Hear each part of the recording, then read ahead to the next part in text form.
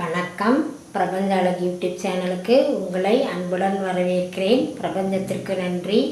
இன்றைக்கும் ஒரு முக்கியமான பதிவு தான், என்னன்றதை பார்க்கலாம் வாங்க. இப்போ உடல் ஆரோக்கியமாக இருக்கணுன்றதுக்காக நம்ம பாதாம் எண்ணெய், ஆலிவ் ஆயில் அதெல்லாம் யூஸ் பண்ணுறோம் இல்லையா? அதே சமயம் வெளிநாடுகள்லாம் எண்ணெய் யூஸ் பண்ணுறது இல்லைங்க, நம்ம நாட்டு மாட்டின் நெய் யூஸ் பண்ணுறாங்க. இப்போ வர வர நம்ம என்ன பண்ணுறோம் அப்படின்னா, நெய் யூஸ் பண்ணுறதுக்கே ரொம்ப பயப்படுறோங்க. அதை பற்றி பார்க்கலாம் வாங்க. நெய் தாங்க.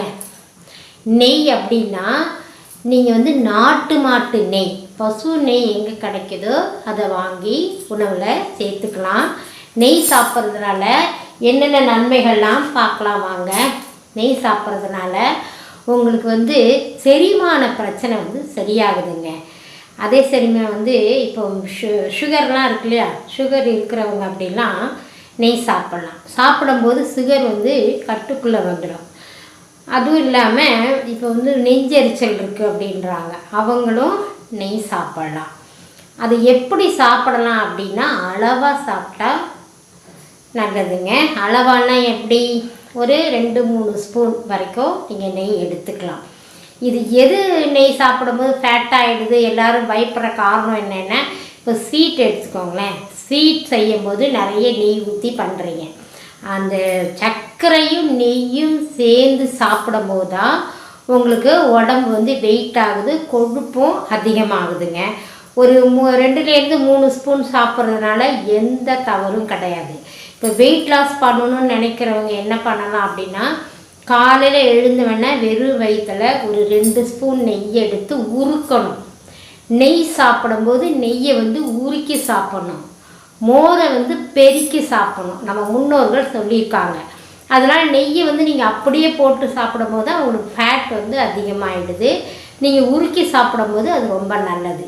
காலையில் வெறும் வயிற்றில் 2 ஸ்பூன் நெய் எடுத்து நல்லா உருக்கிடுங்க. உருக்கிட்டு அதை சாப்பிட்டுட்டு வெந்நீர் குடிக்கணும். வெந்நீர் குடிக்கும்போது நம்ம உடம்புக்கு தேவையான சத்து அந்த நெய்யில் இருக்குது. அதே சமயம் அந்த குடலெல்லாம் உங்களுக்கு சாப்பிட்ட உடனே அந்த சாப்பாடு போய் இறங்கிறதுக்கு இந்த நெய் போய் நம்மளுக்கு வசதி பண்ணி கொடுக்கும். அந்த உணவு குழாயெல்லாம் நல்லா ஃப்ரீயாக உணவு போய் இறங்கிறதுக்கு. அதனால தான் அந்த காலத்தில் என்ன பண்ணியிருக்காங்க, முதல்ல பருப்பு போட்டு நெய் போட்டு சாப்பிட்டதுடைய தாத்பரியம் அதுதான். ஆனால் இப்போ காலப்போக்கில் அது மாறி வந்துடுச்சு. எல்லோரும் நெய்யை கண்டாலே பயப்படுறாங்க. நெய்யை உருக்கி சாப்பிட்டு பாருங்கள்.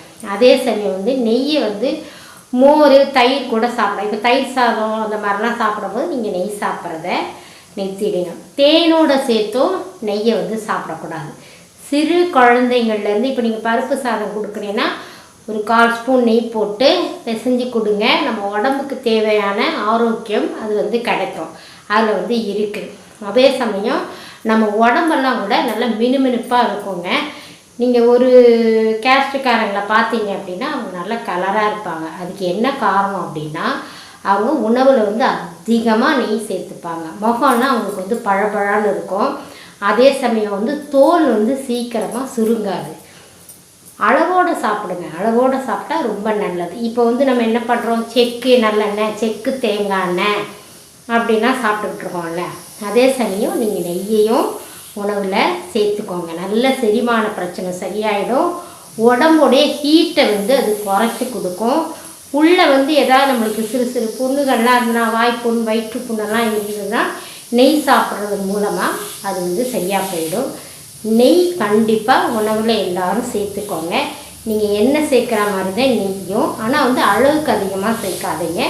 அளவோடு சேர்த்து சாப்பிடுங்க. நன்றி, வணக்கம். பிரபஞ்சத்திற்கு நன்றி.